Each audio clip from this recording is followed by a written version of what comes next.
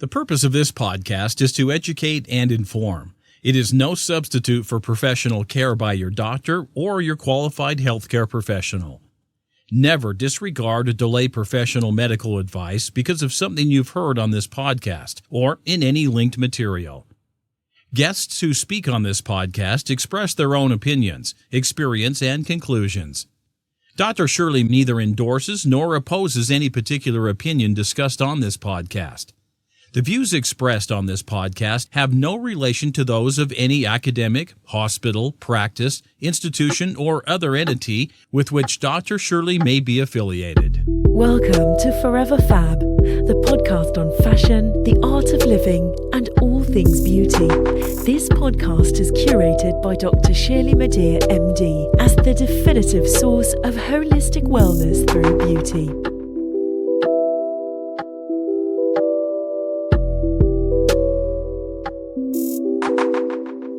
Said that word, and I know I didn't pronounce it correctly, but my brain immediately went to Cujo, the movie. Wasn't it about some crazy dog in the wilderness? I believe it was, yeah. But okay, so basically, words in different languages not only have different meanings, but they also have different contexts, right? It isn't just the word. To your point, it isn't the dog, Lassie, or your favorite multi-poo. It has this context. It's a specific kind of Hungarian dog or a Russian dog in the woods that's going to tear you up. So tell me about your invention, right? You created a particular method for learning languages. So what is the basis of that method to allow all these different variables, the facility to be able to learn this language through your method? So originally the method was just, I went to some immersion programs that basically forbade you to speak English. They were like, day one, you're not allowed to speak English, go. And these were all my, great positive and traumatic experiences are with language initially. Yes. And they were missing the memorization part. And I saw everyone else did the memorization part using these flashcard systems. And I was like, how do I combine them? And so that was the version one of this was just, if I had a flashcard thing that was magical, which these are, how would I use that if I never used English? And that's it. That was the whole solution in version one of that solution. That's it. And so it's just, I'm going to make flashcards and I'm going to look up each word in Google Images. And I'm going to see what kucha looks like. And I'm going to put that in. And specifically, I'm going to look for what makes that different. So as soon as I see all the Google Images results, I'm like, oh, that's a weird breed. I wouldn't choose that one. It's not a bunch of golden retrievers like dog is. So I'm going to take kucha, I'm going to stick that on a flashcard, and I'm going to go. And so I learned all my simple words that way. Once I had enough simple words, I started doing fill in the blanks with sentences. And still, no English, never English. And I built out a language that way.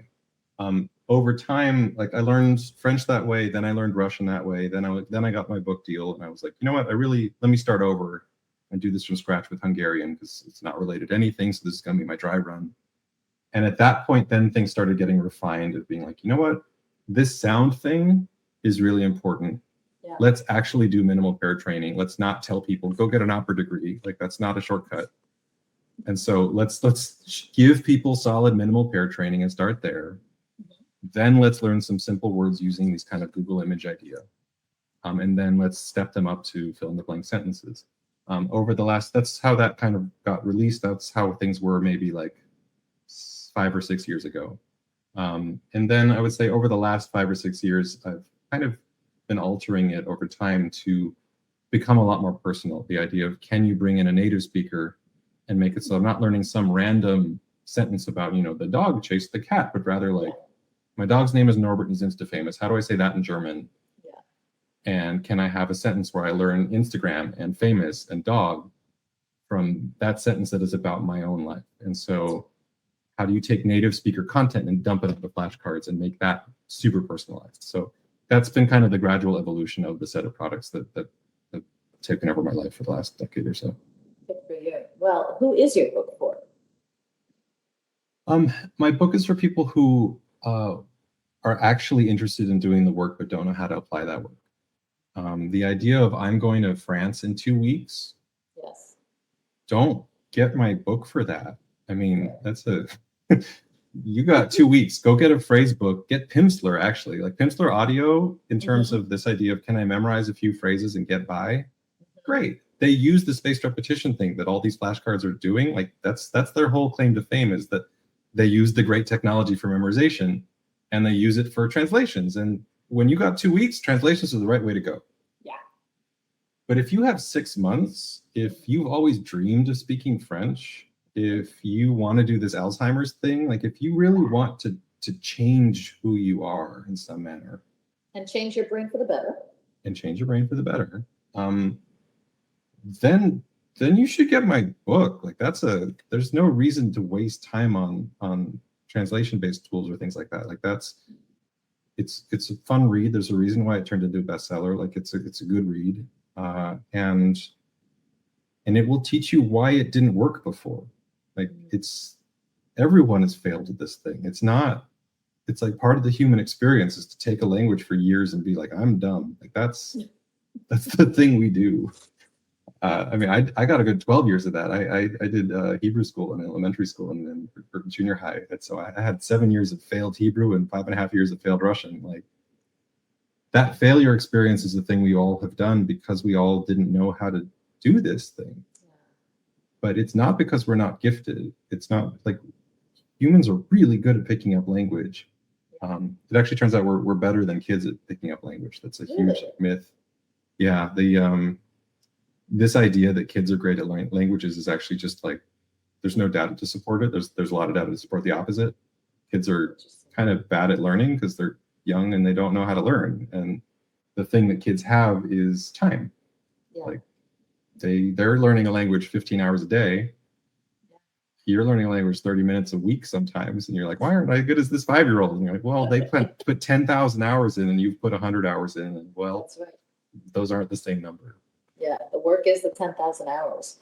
So your book is called Fluent Forever, How to Learn Any Language Fast and Never Forget It, and it's available on Amazon. Is that right? It is indeed. Now, is your app same? Is it also called Fluent Forever, your app? The app is also called Fluent Forever, yeah. Okay. And the app, we can find it on Apple, on Google, on all that stuff, right? You can find that on all the things, yes. On all the things. Okay. Couple other questions. You wrote in a blog, maybe it was last year, that English is a very hard language to learn. Why is that? Because in my mind, English seems like it's pretty easy. English is a language that it's such a mutt. It's picked up so much from so many languages at such different times. There's a set of vocabulary in English that was pulled in from French, and then there was a separate set of language that was pulled in from Latin, and they're almost the same but slightly different. And like there's just all these pieces where like rules to those words don't work in the same way as the French ones do. There are, what's the plural of octopus? Like there's like, well, which one did it come from? Like there's arguments that it should be octopodes. Like there's English is a mess of a language. The spelling system has nothing to do with the pronunciation system, or at least it's brutally hard. Like English, I had to eventually build a English pronunciation deck, like to teach the ear training part and the connection to spelling. And like, you need to put in maybe 80 different spelling rules. Why is it that it's, cats with a S at the end, but why is it dogs with a Z at the end? Why is that as, it's not in German, like it would be dogs in German. Right. That's how that ending would end up. So like a brutal sound system, a kind of randomized grammar system, a kind of randomized like vocabulary system, those things make it hard. The thing that makes English easy is that everyone is immersed in it all the time. Yeah. All media is done in English first. Like it's just people get bathed in it. Right. And so in terms of successful language learning outcomes, people learn English better than any language, even if it takes them a long time, because they want to watch TV. And so it's everywhere. So English, like in terms of like success cases of language, you can look through Europe and you will find that almost everyone has succeeded at learning English. Yeah. It's a good like testament to the fact that adults can learn language. Right. But yeah, it's not an easy language by any stretch of the imagination. It's a hard one. Right, this is true. So then let's flip it. What would you say would be one of the easier languages to learn for native English speakers? So the Romance languages, and in particular, like French, frankly, is one of the easiest ones. There is a constructed language, Esperanto, that will take you half as long as French. And some people use it as a kind of like bridge language where they'll once you learn one language, it's easier to learn a second one. Yes. And so some people will just be like, you know what, I'm going to learn Esperanto and I'm going to go hang out with all the Esperanto speakers in the world. Like there's usually little enclaves of them in every country, and you can kind of make a little weird hobby about it. But if you're going to talk about the standard languages that are spoken, French is one of the easiest for English learners to learn. Spanish is a teeny bit harder. I think it's like 10 to 15% harder. Interesting. I would have not guessed that you would have said French, because I grew up speaking French. It was actually my first language, and then something happened and I stopped speaking French, and now I barely speak French. And I just always remember when I did go to France and try to speak and learn, and having been immersed, it's like, okay, I know a few words, I know a few grammar. I was always getting corrected by the French, not on the word necessarily, not even on the pronunciation, but on the grammar. The past participle thing, like what had happened. I was like, wait a minute. So interesting that French is one of the easiest ones. Okay, maybe I'll go back to it. I mean, that's about the language itself. It's not necessarily about the culture around it. The French guard their languages very, very carefully. If you go into Mexico and you start speaking Spanish, you'll be treated a lot better for your like with grammar mistakes than the French will.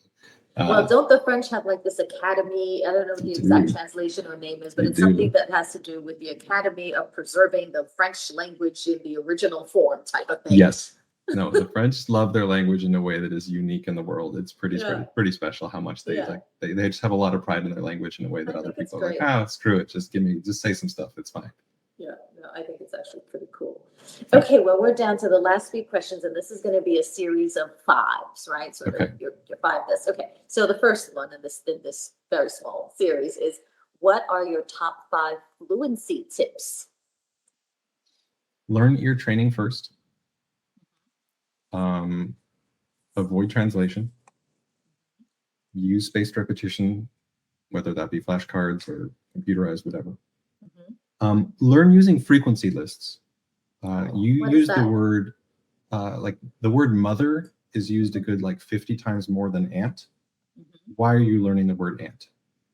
Oh, okay. Don't do that. Just learn words that you use all the time. Do that first. Okay. So frequency list, huge thing. I want to get one more. What should it be? So you said learn ear training first, avoid translation. Ear training first. Yep. No translation. Use spaced repetition. Use frequency lists. Yep. And last one. We'll go with taboo. Do you remember this board game called Taboo? This party game? Yes. Okay. So for any of your listeners who haven't played Taboo, the basic idea is you get a card. It says like baseball on the top. You need to get your team to say baseball, but on that card it says diamond, sport, bat, and whatever, something else, Dodgers. And you're not allowed to use any of the words in that card to describe this thing. And so you're like, okay, so everyone, it's this game, and you hit a sphere with a stick, and you go around in a square, and you run from square to square, and you get points if you get all the way back to the first square. And people are like, baseball, and you get right. And so it's just this like silly party game is this idea, and it's fun and whatever. Yes. Taboo is literally fluency training. When people say, I want to be fluent, there's actually no good definition of fluency. Fluent means I feel good. Right. And someone can feel good with 10 words. I've met them. There's people like 50 words maybe, but like I've met a Spanish speaker who's just like, he just yammers away at the things he says, and he knows a few things. He's like, my name is this, I do this. That's all the Spanish I need. I have a pulmonologist friend who she has basically like all of her patients are intubated. Yeah. They can say yes and no. True. So the listening comprehension stuff she needs is none. She just needs someone who can nod and shake their head no. Right. And so she knows the 5 to 10 questions she needs to ask a patient. Yes. In maybe 10 languages. Yeah. She's fluent in 10 languages. True. That's all the fluency she needs. She is completely fluent in those 10 languages for her purposes. But someone else is going to be able to like read, deep classics in a language and they're just anxious people, and so they're not going to feel comfortable. That person's not fluent because they just don't feel that way. But fluency is a matter of, can you jump around the words you don't know to still say the thing you want to say? And that is the game of taboo. And so when you are with native speakers, you have the option of forcing them to play taboo with you, where you're trying to say, hey, like, we're recording. Yesterday I recorded this. I was with this person and they were recording me on my computer, and we talked. It was just audio. We talked this thing, and then the audio goes out to all these people. And so I was recording this audio thing, you know, the thing anyway. And we were saying this thing, and I had a great time, and we had a great conversation, and lots of people will listen to it on the internet. And that native speaker is going to be like, was that a podcast that you did? And you're like, yeah, that thing, that whatever. Anyway, let's keep going. And that's fluency. It's not that you know every word and you never get tripped up. It's that you're able to get your point across. Yeah. And so people will be tempted when they're with a native speaker to jump into English every time they run out of a word. And they're like, hey, I'm saying this thing, but like, what's the word for podcast? Podcast. Anyway, blah, blah, blah. Yeah. And if you avoid that temptation, if you force everyone to play taboo with you, then every one of those moments where you don't know a word is a moment where you just got to practice fluency, the real skill of fluency. And if you treat it like a game, if you say, hey, like, actually the thing I want to do with language learning is not memorize every possible word, but actually just get really good at this party game. That's right. Then dealing with native speakers becomes a lot less scary, and you learn a lot more. Yeah, and it's not as intimidating.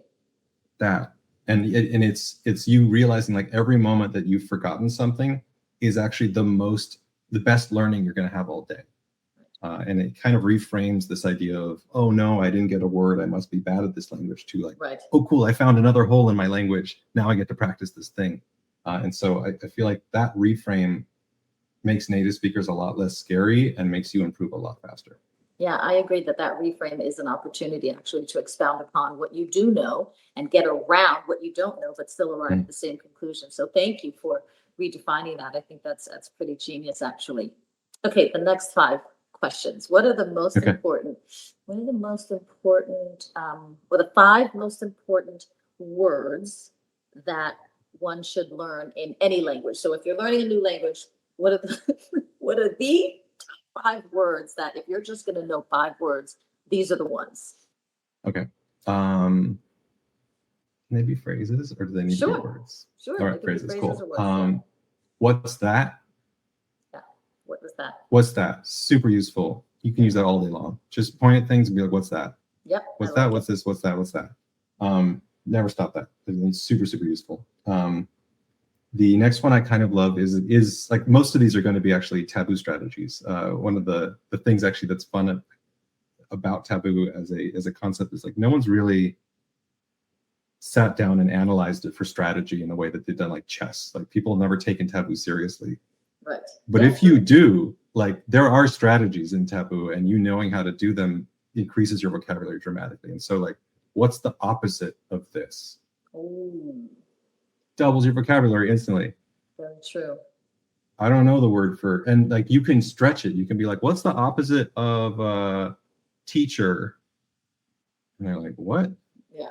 Not teacher? Yeah, right. And you're like, no, the opposite of teacher. And they're like, student? And you're like, cool, yeah. And you're like, what's the opposite of cup? Right. And they're like, screw you. Like, there's no opposite of cup. And you're like, no, cup. You got a cup and then the opposite. And they're like, water? You're like, thank you, cool, water. And you move on. Like, you can force opposite to do all sorts of cool things.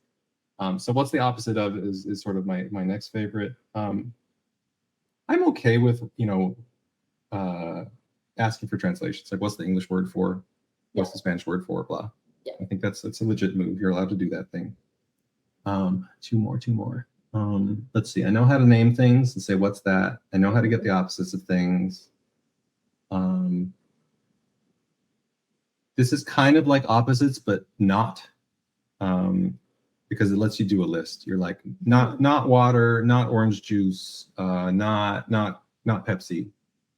But and then they can fill in your list for you. And so it's kind of it's a stretched version of opposites. So I like that one.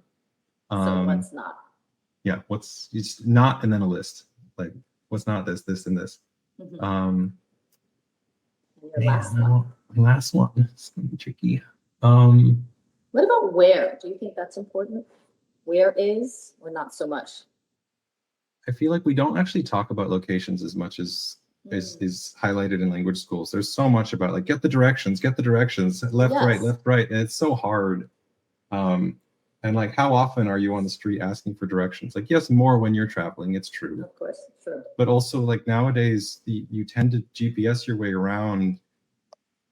I don't know how to interpret directions when I'm getting them in English. Like, Right.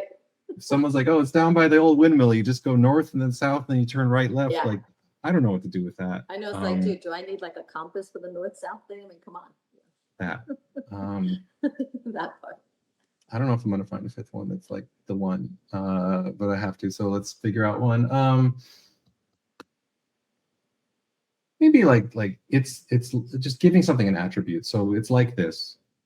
Okay. I'm looking for a word, and it's blue, and it's like it's like water. Yeah. It's like water, but black. And they're like, Yeah. Coke. Yeah. Yeah, I do that cool, in thanks. English. Like, oh no, it's kind of like this, but not really. That. Yeah, I agree. Yeah. That. That's very useful. Okay. Well done. The last question is called the Fab Five, and it is the signature podcast question because every guest gets this question. It is always the last question. So most people are like, finally, the last question. I ask a lot of questions because I'm naturally curious about people, and I love hearing about, people's, just the way people's brains work. I love your brain. So it's been many questions, but I've had a good time. I hope you have also. This has been great. You asked good questions. Thank you. Well, this is the last question, the Fab Five. And the question is, what are your top 5 recommendations for living a beautiful and fabulous life? Now, this could be completely holistic. It could have nothing to do with learning about languages. It's just your top 5 tips for living your most beautiful and fabulous life ever. And I write these down because these go on social, darling. Oh, man. Okay. Yeah, pressure's on. Go to therapy. Okay. Go to therapy. Go to couples therapy as a separate one. The amount of my work at this point, like I've stepped away from Fluent Forever full time, and I've been doing consulting. I would say 95% of my work at this point is some form of couples counseling. And I would say that was the case when I was CEO of my company as well. It was just, how do you navigate people? How do you help people feel seen, feel heard? How do you do that? Yeah. I feel like couples counseling is a huge toolkit for literally every interaction you have with anyone. So couples counseling, regardless of whether you feel like you need it, like you do need it, go get couples counseling. Yeah. So therapy. Learn a good snickerdoodle recipe. What is a snickerdoodle? A snickerdoodle is a cinnamon cookie that is made with cream of tartar, so it like flattens and therefore becomes really chewy on the center, but really crunchy on the outside. And it is a magical cookie. And the number of people that will suddenly be like, "Wait, you know how to make those? Can I have more of those? Can we hang out?" Is not a small number. And can it be made gluten-free? I'm totally gluten-free. Oh, tricky. Yeah, tricky. I don't see why not. Like, flour is going to be more glutinous and work better for that thing, but like, I don't see why you shouldn't be able to figure out a gluten-free snickerdoodle recipe that is not still quite good. Okay, I'm on it. Yeah. All right, what's your number 4? Number 4, we got the therapy. We got snickerdoodle. This is about how to live a fabulous life. Yeah, I mean, you could include Norbert if you'd like. I mean, dog does a good thing.